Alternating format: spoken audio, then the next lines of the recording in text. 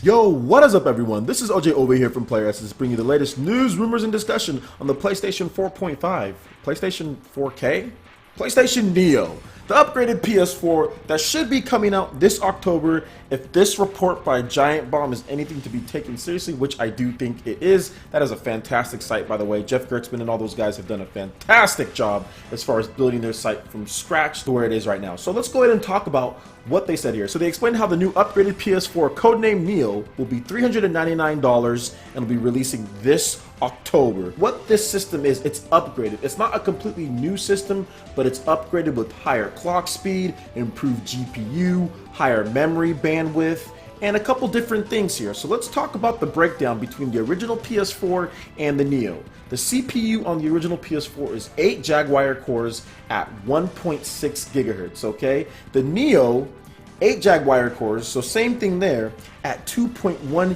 gigahertz. The GPU is AMD, like always, GCN, 18 CUs at 800 MHz's, while the Neo, the improved one, is an improved AMD GCN, 36 CUs at 911 MHz. So while that is pretty good, there's an improvement there. Could be some potential bottlenecks with the CPU. And the memory, 8 gigabytes of GDDR5 RAM, 176 gigabytes per second. With the Neo, 8 gigabytes of GDDR5 RAM, 218 gigabytes per second. Sony is not trying to split their user base with these specs. Are you going to get some games that potentially run better, more stable frame rates? Yes, that's what they're saying here. You're going to have a little bit higher visual fidelity, probably some more effects, more stable frame rate. So let's say there's a frame rate and it dips below 30 frames per second on the PS4. On the PS4K, it could potentially, if the developers implement it, it could potentially run at a stable 30 frames per second. Some of them might even be able to do more, but that's probably going to be down the line. So they also say that games will be running in 2 different modes, okay? Every PS4 is required to ship with both a base mode, which is effective on current PS4s, and then the Neo mode, which will be on the new consoles. And the additional 512 megabits of internal memory should help with all of this different stuff that they're looking to improve as far as the frame rates and everything like that. Another thing that I want to mention is that the Neo will also be able to support 4K image output, but games themselves are not required to be 4K native, which would be tough. Another thing is that games will be able to scale to 4K if you have a 4K television, so you can expect that. And the PlayStation Neo or PS4K or whatever you want to call it, it will still connect to the same storefront, it will still connect to the same PlayStation 4 users, and online there really isn't going to be any difference there because that could also split the user base at this point. Now in the future, could we see some developers take advantage of this to where there's a PS4K exclusive or something like that?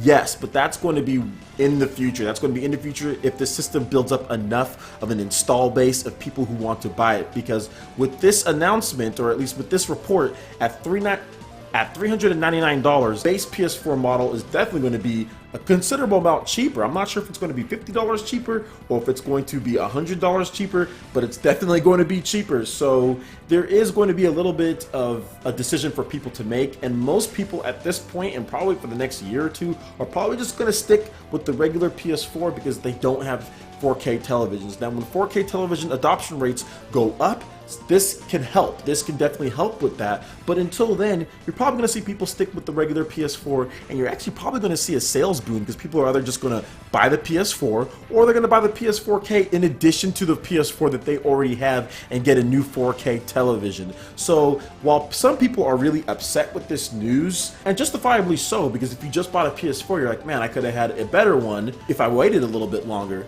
But most people who are probably saying this don't have a 4K television and might not get one for a while. And I've seen 4K and it looks fantastic, but for me, the price as far as 4K televisions right now is not worth it, and buying a PS4 at the same time with 4K output image, which we don't know what games we're going to be taking advantage of, how many games they're going to be, what exclusives, if it's going to come down the line, is not worth it at this point. But it could be something for the future that can come into play, which I might get one in the future, but at this point I don't think so, especially October.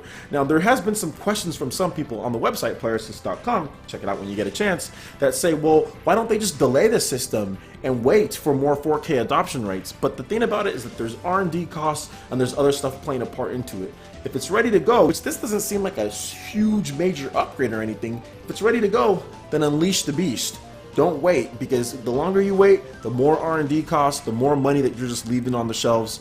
So I don't think it's a good idea to wait. Another factor that people have been talking about is if this is a response to Nintendo NX, and I'm going to have to say yes and no. I think Sony's always on the brim as far as cutting edge in tech, so I think that they were probably thinking about this type of stuff beforehand, but at the same time, you can't sit here and say that the Nintendo NX isn't something that they're looking at. I'm pretty sure that the Nintendo NX is probably going to be a little bit stronger than the PS4. So Sony having that mantra of, oh, well, we always want to be the highest tech, we always want to have the most powerful system in the market that they've been having really since the PS3, I think that's going to continue here. They can say, oh, well, we have the most powerful console to where it's the best place to play games because developers have the most tools and options. So I do think that some of it is Nintendo NX and some of it is just Sony obviously being on the cutting edge and wanting to get that early jump on 4K adoption and all of that, because at this point it would be the only 4K ready type system on the market. We don't know if Nintendo NX will be able to have that. There's been some rumors and stuff, but nothing is solid.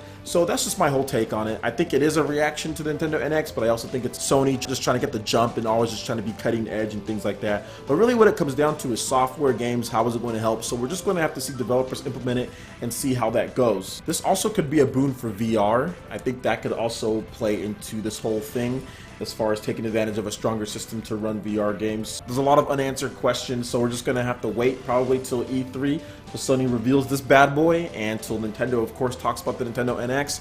But once again, an exciting time for gamers, especially if you haven't picked up a system at this point. This might be your system that you can pick up. So let me know what you guys think in the comment section below about the specs and about my own discussions that I had on it. I would love to hear what you guys have to say. Alright, that basically wraps it up for this video here. Make sure you hit that like button if you did like it. Lets me know you guys want more content like this going forward in the future. And also subscribe to PlayerEssence for more news, reviews, trailers, tips, and tricks, and everything on the PlayStation 4K, or PlayStation Neo, I should say. Alright then, guys. We'll see you for the next one. Peace.